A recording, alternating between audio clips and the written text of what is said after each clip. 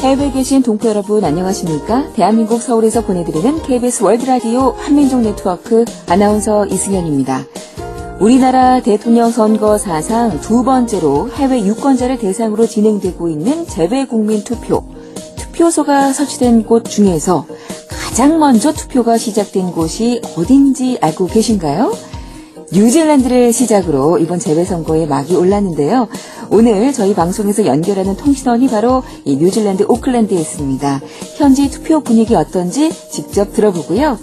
뉴질랜드가 이민법을 강화하면서 한인 사회에도 여러 이야기들이 나오고 있다고 합니다. 적지 않은 영향을 미칠 거란 전망인데 어떤 내용인지 자세히 알아보겠습니다.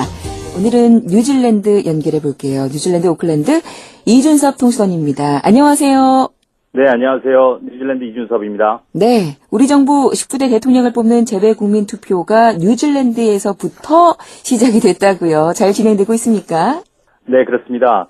이번 주 화요일인 25일부터 오클랜드와 웰링턴 두 곳에서 진행되고 있는데요. 30일까지 엿새 동안 진행됩니다. 이번 대선의 재외선거 유권자 등록은 역대 최다인 29만 명인데요. 오클랜드 분관의 경우 이번 투표 선거인 등록 신청자는 3,600명 정도였는데요. 지난 대선보다 1,000명이 더 많습니다. 뉴질랜드는 전 세계 116개국 204개 재외선거 투표소 가운데 가장 먼저 투표가 실시되는 나라인데요. 이 때문에 세계 첫 투표자가 되기 위해 새벽부터 줄을 섰고요. 투표 시작 전까지 30여 명이 줄을 서는 진풍경이 펼쳐지기도 했습니다. 저도 첫날 투표를 했는데요. 예. 오전인데도 투표를 하려면 줄을 서야 했습니다. 실제로 오클랜드 분관의 첫날 오전 투표자 수는 300명을 넘었는데요. 지난 대선에서 오클랜드의 하루 최대 투표자 수는 250명이었다고 합니다. 19대 대선 재외투표 첫날 반나절도 안 돼 18대 대선 하루 최대 투표 인원을 훌쩍 넘어서는 등 투표 열기가 후끈 달아올랐습니다. 투표장에서 만난 교민 최모 씨는 친정인 대한민국이 잘 돼야 해외에서도 어깨를 펴고 잘 살 수 있다면서 권력 남용과 정경유착을 뿌리뽑고 사회개혁을 추진해 진일보한 대한민국이 됐으면 하는 심정으로 투표를 했다고 말했습니다. 투표함은 5월 2일부터 9일 사이 외교 행랑을 통해 국내로 배송될 예정입니다. 예. 친정인 대한민국이 잘 돼야 한다. 이 말씀이 참 마음에 와 닿습니다. 30일까지 진행된다고 하니까요. 못하신 분들은 서두르시기 바랍니다. 자, 뉴질랜드 정부가 다시 한번 이민법의 문턱을 높이면서 한인들에게 많은 영향을 줄 걸로 예상된다고요. 네, 취업비자로 일을 하고 있거나 영주권 신청을 앞두고 있는 새내기 한인 이민자들이 직격탄을 맞았습니다. 지난 19일 뉴질랜드 이민부 장관은 올 하반기부터 기술 이민 비자 취득 조건을 강화한다고 밝혔는데요. 연소득이 4만 9천 뉴질랜드 달러, 우리 돈으로 약 3,900만 원에 미치지 못하면 기술 이민자로 분류하지 않는다는 것입니다. 마이클 우드하우스 장관은 뉴질랜드인 우선 정책의 일환이라며 이런 정책이 기술 이민자들의 질적 향상을 가져올 것으로 기대한다고 설명했습니다. 하지만 이민자들은 이번 발표를 뉴질랜드 정부가 해외 인력에게 영주권은 물론 취업 비자를 주지 않겠다는 것으로 받아들이고 있습니다. 새로운 기술 이민법이 취업 비자 발급을 위한 최소 연봉을 4만 9천 달러로 제한하고 있기 때문인데요. 이 금액은 시간당 23.5달러, 약 19,000원의 고임금이기 때문에 뉴질랜드 이민 새내기들이 이 금액을 받는 것은 사실상 불가능하다는 것입니다. 네. 실제로 오클랜드 운송업계에서는 약 500명의 트럭 운전사에 대한 수요가 충족되지 않은 상태에서 이번 기술 이민법 강화는 고용시장을 얼어붙게 할 것이라는 전망을 내놓고 있습니다. 한인 이민자들이 선호하는 요식업도 어려움에 직면하기는 마찬가지입니다. 교민 사이트에서 한 교민은 요리학교 2년을 다녀야 잡서치 비자가 나온다고 해서 1년짜리 요리사 코스를 8,000불을 더 줘서 2년으로 연장하고 겨우 워크 비자를 받았는데 영주권을 신청하려니 의향수 점수를 160점으로 올리고 이젠 연봉도 5만 불이네요. 정말 기가 막힙니다. 라고 성토했습니다. 또 다른 교민은 남들에 비해 더 나은 임금을 받는 레스토랑에서 일하는 자신의 연봉도 4만 9천 달러에 미치지 못한다면서 다른 직종을 찾아봐야 할 형편이라고 말했습니다.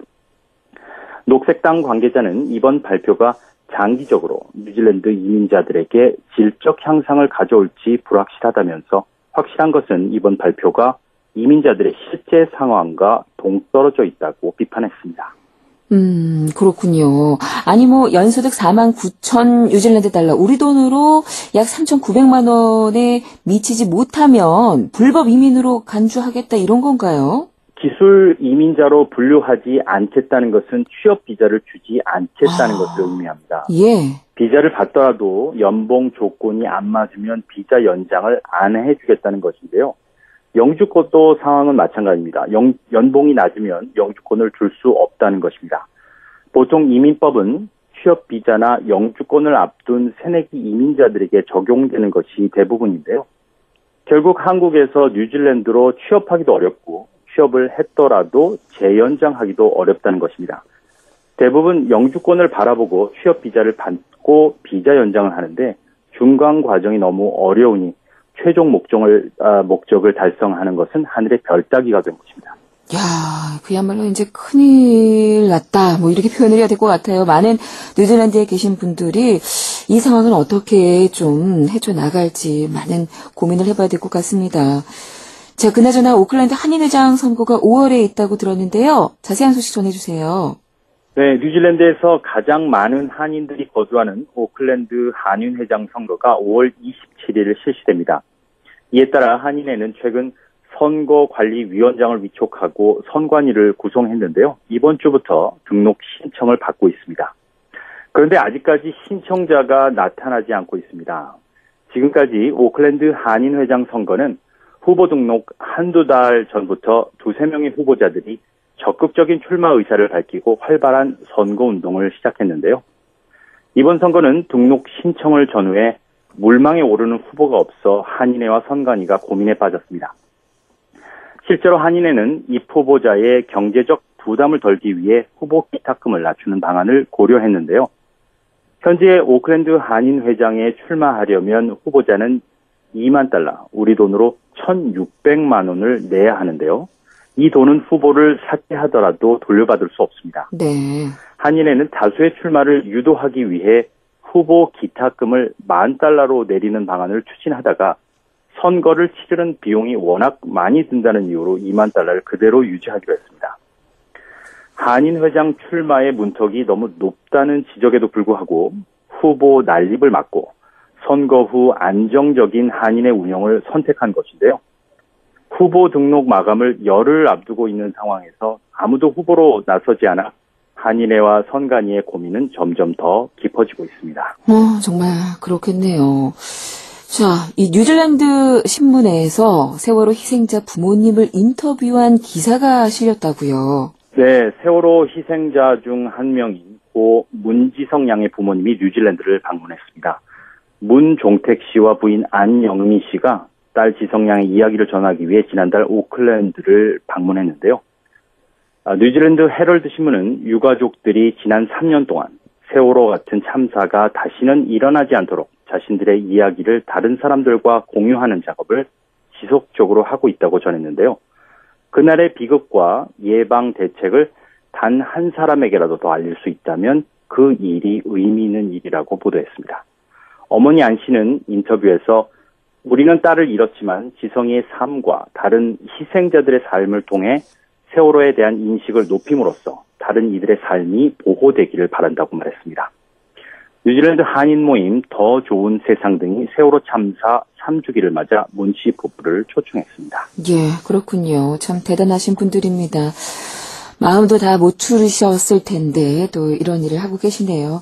자, 마지막 소식 들어보겠습니다. 뉴질랜드 최대 태권도 대회가 다음 달에 열린다고요?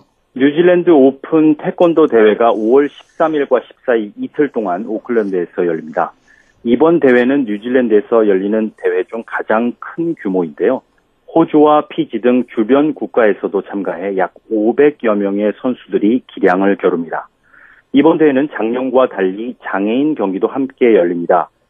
지금까지는 오세아니아 장애인 태권도 대회가 따로 열렸는데요. 이번에 뉴질랜드 오픈에서 한꺼번에 치르기로 했습니다. 장애인 올림픽 종목에 태권도가 포함되어 있기 때문에 선수들은 이번 대회에서 높은 점수를 획득해야 올림픽은 물론 10월 런던에서 열리는 세계 장애인 선수권 대회에 출전할 수 있는데요. 장애인 경기는 올림픽 체급 경기가 그대로 적용됩니다. 남자 4체급, 여자 4체급에서 경기가 열리는데요. 머리 공격은 금지되고 1분 3회전 경기로 치러집니다. 뉴질랜드 한국 대사관에서는 작년 대회와 마찬가지로 우승 트로피와 태권도 용품을 후원할 예정입니다. 참고로 뉴질랜드에서 태권도는 지난 2007년 뉴질랜드 올림픽위원회에서 정식 종목으로 인정돼 2008년 베이징 올림픽부터 공식적으로 출전하고 있는데요. 네. 한국과 다른 점은 태권도를 포함한 대다수의 올림픽 출전 선수들이 운동이 직업이 아니라는 것이고요. 올림픽위원회 지원이 많지 않아서 올림픽 출전을 대부분 자비로 충당하고 있다는 것입니다. 그렇군요. 자, 오늘 뉴질랜드의 다양한 소식 들어봤습니다. 소식 고맙습니다. 감사합니다.